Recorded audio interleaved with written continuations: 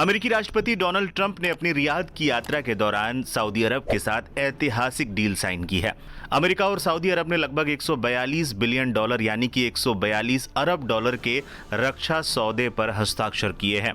White house ने इसे इतिहास का सबसे बड़ा रक्षा सौदा बताते हुए कहा है कि इसके तहत सऊदी अरब को अत्याधुनिक हथियार उपलब्ध कराए जाएंगे। मंगलवार को अमेरिकी राष्ट्रपति द्विपक्षीय यात्रा के लिए सऊदी अरब पहुंचे। अमेरिकी राष्ट्रपति के साथ अरबपति एलन मस्क सहित अमेरिकी व्यापार जगत के नेता भी हैं। रक्षा सौदे में सैन्य प्रणाली, हथियार और सेवाएं शामिल हैं। इसके अलावा समझौते में अन्य कमर्शियल सौदे, गैस टर्बाइनों का निर्यात भी शामिल है। ट्रंप के दौरे से इतना परेशान क्यों है इजराइल? अमेरिकी राष्ट्रपति डोनाल्ड ट्रंप मध्य पूर्व यात्रा पर हैं, जहां वो सऊदी अरब, यूएई और कतर के नेताओं से मिलेंगे। इस दौरान खाड़ी देशों और अमेरिका के बीच कई बड़े समझौते होंगे।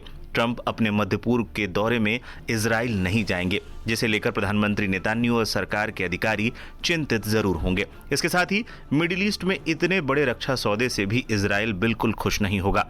इजराइल के लिए बड़ी असहज स्थिति बन जाएगी। जानकारों का मानना है कि इजराइल नहीं चाहेगा कि कोई भी मुस्लिम देश हथियारों के मामले में बहुत ज्यादा मजबूत हो। ईरान की बढ़ती ताकत से इजराइल पहले से ही काफी दबाव में है। अब अगर सऊदी अरब भी हथियारों के मामले में मजबूत होगा तो मिडिल ईस्ट में अपनी धमक और दबदबा बनाकर रखने की इजराइल की चाहत पर भी इस सौदे से झटका लग सकता है। अमेरिका में इजराइल के प्रभावों में आई कमी।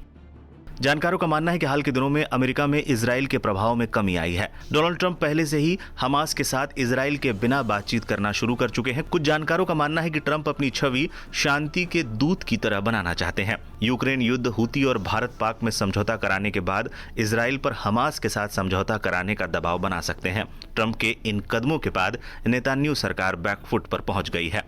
अमेरिका का नरम होना इजराइल को शायद ही पसंद। ट्रंप एक ऐसी पश्चिम एशिया नीति को बढ़ावा दे रहे हैं जो कई मामलों में नेतन्याहू और उनकी सरकार के हितों के बिल्कुल उलट है। ईरान के साथ इजराइल के खिलाफ जाकर न्यूक्लियर मसले पर मीडिएटर की मौजूदगी में बात शुरू करना, फिर यमन के हूती विद्रोहियों के साथ समझौता और हमास के साथ सीधी बातचीत की घोषणा, ये कुछ झटके हैं जिन्हें अमेरिका ने इजराइल को पहले ही दे दिए हैं। जानकार मानते हैं कि मिडिल ईस्ट में अमेरिका का नरम होना इजराइल को शायद ही पसंद आए। चर्चा शुरू हो गई है कि प्रेसिडेंट ट्रंप इजराइल से नाराज हैं। इजराइल चाहता तो ट्रंप को अपने देश आने के लिए राजी कर सकता था। वो चाहता तो गाजा में व्यापक युद्ध विराम समझौते के लिए राजी हो जाता, गाजा में मानवीय सहायता जाने देता, लेकिन इजराइल ने ऐसा कुछ भी नहीं किया, बल्कि वो जंग को और बढ़ा रहा है। हमास आज भी इजराइल के साथ मुकाबले में है। इधर अमेरिका के साथ पिछले दिनों बैकडोर से हुई बातचीत के बाद हमास ने आखिरी अमेरिकी बंधक एडन अलेक्जेंडर को भी रिहा कर दिया, लेकिन इजरायली बंधक अब भी उसके कब्जे में है। ऐसे में ट्रंप को लग रहा है कि मिडिल ईस्ट में उनकी योजनाओं पर इजराइल बट्टा लगा रहा है। जानकार बताते हैं कि इसीलिए प्रेसिडेंट ट्रंप ने यह तय किया है कि जब तक हमास के साथ युद्ध का कोई नतीजा नहीं निकलता वो इजराइल नहीं जाएंगे। यह अपने आप में इजराइल की एक बड़ी डिप्लोमेटिक हार है। इससे पहले सऊदी अरब ने अगले 4 सालों में अमेरिका में $600 बिलियन निवेश करने की योजना की घोषणा की थी। वहीं ट्रंप ने कहा है कि उन्हें उम्मीद है कि सऊदी अरब आने वाले दिनों में अमेरिका में $1 ट्रिलियन तक का निवेश करेगा। अपने दूसरे कार्यकाल में पहली विदेश यात्रा के लिए रियाद पहुंचे ट्रंप का सऊदी के क्राउन प्रिंस मोहम्मद बिन सलमान ने स्वागत किया था।